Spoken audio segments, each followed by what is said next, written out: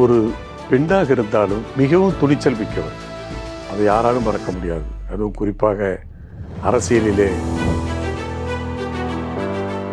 அந்த ஒரு மணி நேரம் அந்த பத்திரிகையாளர்கள், தொலைக்காட்சியினர் கேட்ட கேள்விக்கு என்ன பதிலை ஆங்கிலத்தில் சொன்னாரோ அதை அப்படியே வெர்பேட்டம், ஒரு வார்த்தை கூட பிசகாமல் மாறாமல் சொன்னதை அப்படியே சொன்னார். எல்லோரும் வியந்து விட்டார்கள். திராவிட முன்னேற்ற கழகத்துடைய தலைவர் கலைஞர் கருணாநிதி அவர்கள் அவர்களுடைய துணிச்சலை நான் பாராட்டுகிறேன். உள்ளபடியே அவருடைய துணிச்சலை நான் ரசிக்கிறேன். ஏழை எளிய மக்கள் வயிறார உண்ண வேண்டும், அவர்கள் நிம்மதியாக இருக்க வேண்டும் என்பதற்காக ஒரு மகத்தான திட்டத்தை கொண்டு வந்தார்கள். அம்மா உணவகம், அதாவது ஒரு இட்லி ₹1. தமிழ்நாட்டில் மட்டுமல்ல, இந்தியாவில் மட்டுமல்ல, உலக அளவிலே கூட யாரும் சிந்திக்காத அளவிற்கு ஒரு திட்டத்தை கொண்டு வந்தார்கள். அதுதான் தொட்டில் குழந்தை திட்டம். இன்று பிப்ரவரி 24ஆம் நாள் இதய தெய்வம் புரட்சி தலைவி அம்மா அவருடைய பிறந்த நாள். அனைத்து அண்ணா திராவிட முன்னேற்ற கழகத்தினுடைய தொண்டர்களுக்கு தங்களுடைய பிறந்த நாள் தெரியுமோ தெரியாதோ, அல்லது ஞாபகத்தில் வைத்திருப்பார்களோ வைத்திருக்க மாட்டார்களோ, ஆனால் புரட்சி தலைவி அம்மாவுடைய பிறந்த நாளான பிப்ரவரி மாதம் 24ஆம் தேதியையும் பொன்மனச்செம்மல் புரட்சி தலைவர் எம்ஜிஆர் அவர்கள் பிறந்த தரமான ஜனவரி 17ஆம் தேதியையும் ஞாபகத்திலே வைத்திருப்பார்கள். உலக தலைவர்களாலே மதிக்கப்படுகிற அளவிற்கு அவர் மிகச்சிறந்த அறிவாளி, ஆற்றல் மிக்கவர், இன்னும் சொல்லப்போனால் ஆளுமை மிக்கவர். உதாரணத்திற்கு ஒன்றை சொல்ல வேண்டும் என்று சொன்னால், அவர் எவ்வளவு டேலண்டட் பர்சன், அதாவது ஞாபக சக்தி உள்ளவர் என்பதற்கு ஒரு எடுத்துக்காட்டை என்னாலே சொல்ல முடியும். டெல்லியிலே அவர் முதலமைச்சராக இருந்தபோது பத்திரிகையாளர்களை, ஊடகவியலாளர்களை சந்திக்கிறார். அங்கே டெல்லி என்பதாலே வடநாட்டு பத்திரிகைகள், வடநாட்டு தொலைக்காட்சி நண்பர்கள் எல்லாம் பேட்டி கேட்கிற போது ஆங்கிலத்திலே பதில் சொல்லுகிறார். கிட்டத்தட்ட அந்த பேட்டி 1 மணி நேரம் சென்றது. எங்களை போன்றவர்கள் அன்றைக்கு நாங்கள் அந்த அரங்கிலே இருந்தோம். அந்த 1 மணி நேர பேட்டி முடிந்த பிறகு இவர் தமிழ்நாட்டினுடைய முதலமைச்சர் என்பதாலே தமிழ் பத்திரிகையாளர்கள், தமிழ் தொலைக்காட்சி நண்பர்கள் அம்மா அவர்களை தமிழில் நீங்கள் சொன்ன கருத்துக்களை எங்களுக்கு சொன்னால் சரியாக இருக்கும் என்று கேட்டபோது உடனடியாக எதையும் சிந்திக்காமல் கூட அந்த 1 மணி நேரம் அந்த பத்திரிகையாளர்கள், தொலைக்காட்சியினர் கேட்ட கேள்விக்கு என்ன பதிலை ஆங்கிலத்தில் சொன்னாரோ அதை அப்படியே வெர்பேட்டம், ஒரு வார்த்தை கூட பிசகாமல் மாறாமல் சொன்னதை அப்படியே சொன்னார். எல்லோரும் வியந்து விட்டார்கள். அதை அன்றைக்கு பத்திரிகையாளர்கள், நிருபர்கள் அதை அதாவது புகழ்ந்து பேசினார்கள்.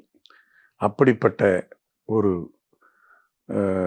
டேலண்டட் பர்சன் என்று சொன்னால் அது மிகையாகாது. இன்னும் சொல்லப்போனால் அவர் ஒரு பெண்ணாக இருந்தாலும் மிகவும் துணிச்சல் மிக்கவர். அதை யாராலும் மறக்க முடியாது. அதுவும் குறிப்பாக அரசியலிலே ஒரு பெண், அதாவது புகழ் பெற வேண்டும் அல்லது அரசியலிலே நிலைத்து நிற்க வேண்டும் என்று சொன்னால் அது இயலாத காரியம். அப்படிப்பட்டவர்களிலே உலக அளவில் எடுத்துக்கொண்டால் மார்கரெட் தாட்சர், அதே போல் இந்திய அளவில் எடுத்துக்கொண்டால் இந்திரா காந்தி அவர்கள், அதே போல் நம்முடைய தமிழ்நாட்டை எடுத்துக்கொண்டால் புரட்சி தலைவர் அம்மா அவர்களை சொல்லலாம். அந்த அளவிற்கு துணிச்சல் மிக்க ஒரு தலைவராக திகழ்ந்தார் என்பதை இந்த நாடே அறியும்.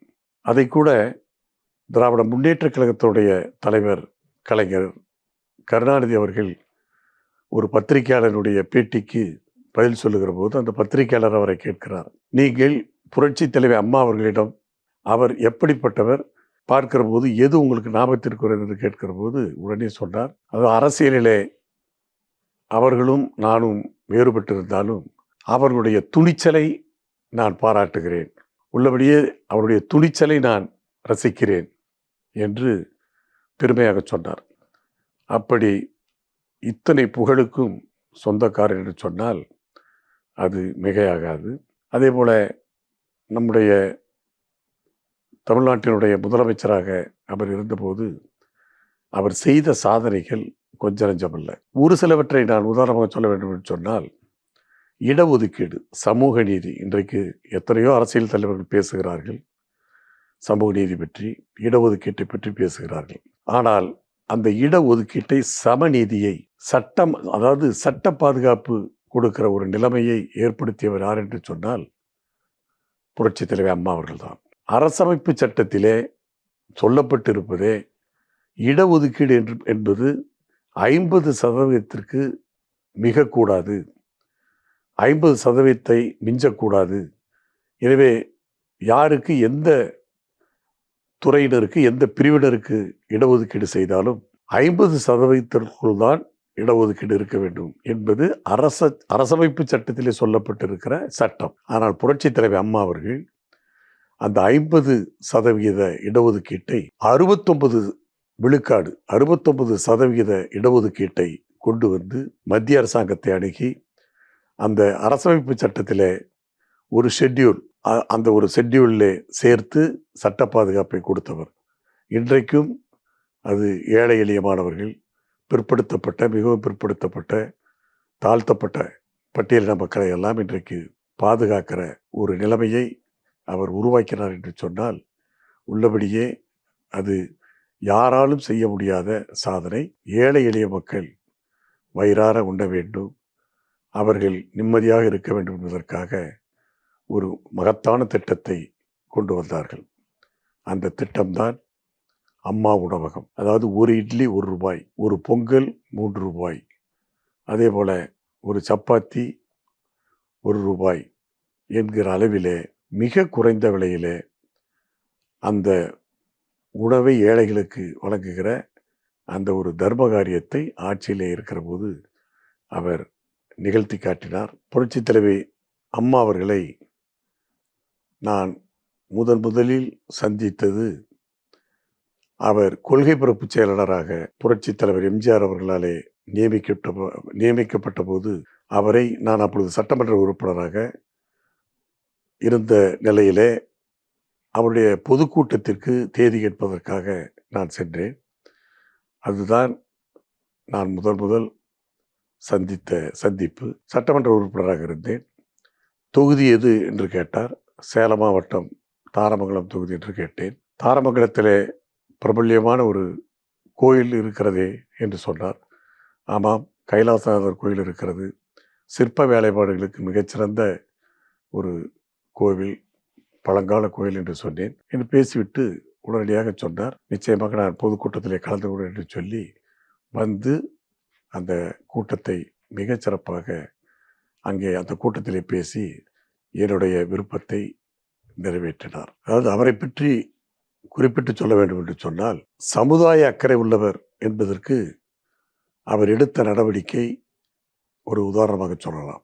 ஆணும் பெண்ணும் சம அளவிலே இருந்தால்தான் சமுதாயத்திலே அந்த சமுதாயம் சிறப்பாக அமைவதற்கு வசதியாக இருக்கும். ஆனால் நம்முடைய இந்தியாவை பொறுத்தவரையில், குறிப்பாக தமிழ்நாட்டை பொறுத்தவரையில், இந்த ஆண் பெண் விகிதாச்சாரம் என்பது ஆண்கள் எண்ணிக்கை அதிகமாகவும் பெண்களுடைய எண்ணிக்கை அதை விட குறைவாகவும் இருப்பதாலே என்ன ஏற்படும் என்று சொன்னால், ஏற்றத்தாழ்வு இருக்கிற போது நாளைக்கு பல பிரச்சனைகள், சமூக பிரச்சனைகள் ஏற்படுவதற்கு வாய்ப்பு இருக்கிறது. அதாவது குடும்ப சூழ்நிலையால் பெண் குழந்தை ஒரு குடும்பத்திற்கு பாரமாக இருக்கிறது. அதை வளர்த்து ஆளாக்கி அதற்கு ஒரு வாழ்க்கை அமைத்து கொடுப்பது ஏழை எளிய பெற்றோர்களுக்கு மிகவும் கஷ்டம் என்று சொல்லுவதற்கு கூட சங்கடமாக இருக்கிறது.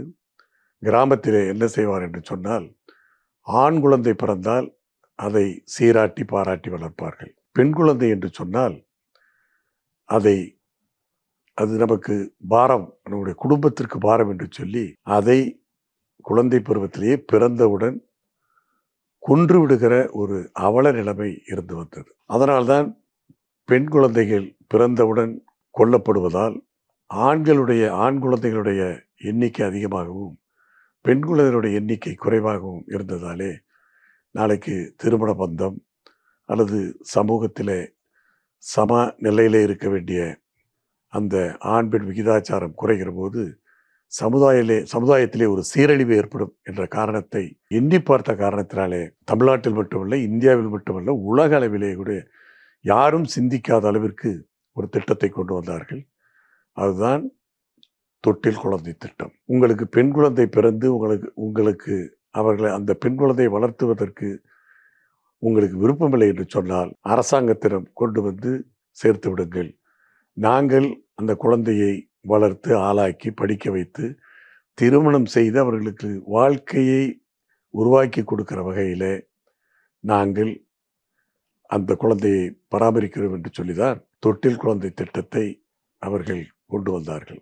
இது ஒரு சமுதாய சீர்திருத்தம் என்று சொல்லலாம். மழைநீர் சேகரிப்பு திட்டம் என்று ஒரு திட்டத்தை கொண்டு வந்தார்கள். அதை நம்முடைய முன்னாள் ஜனாதிபதி அப்துல் கலாம் கூட பாராட்டி இருக்கிறார். சமுதாயத்திலே பெண்கள் அடிமைப்பட்டு கிடக்கிறார்கள், அது பெண்களுக்கு அந்த சம வாய்ப்பு இல்லை என்பதை, அந்த சமநிலையை உருவாக்க வேண்டும் என்பதற்காக என்ன செய்தார் என்று சொன்னால், அதாவது ஆட்சி அதிகாரத்திலே அவர்களுக்கு பங்கு வேண்டும், அவர்களுக்கு இடம் வேண்டும் என்று சொல்லி சட்டமன்றத்திலே இந்தியாவிலே எந்த மாநிலத்திலும் நிறைவேறாத ஒரு சட்டத்தை, அதாவது உள்ளாட்சி அமைப்புகளில் பெண்களுக்கு 50% இடஒதுக்கீட்டை கொண்டு வந்து அதை நடைமுறைப்படுத்தி உள்ளாட்சி அமைப்புகளிலே ஆண்களுக்கு சமமாக அந்த சமுதாய சமநிலையை, ஆண் பெண் சமுதாய அந்த சமநிலையை உருவாக்கியவர், சட்ட பாதுகாப்பு கொடுத்தவர் புரட்சி தலைவி அம்மா அவர்கள்.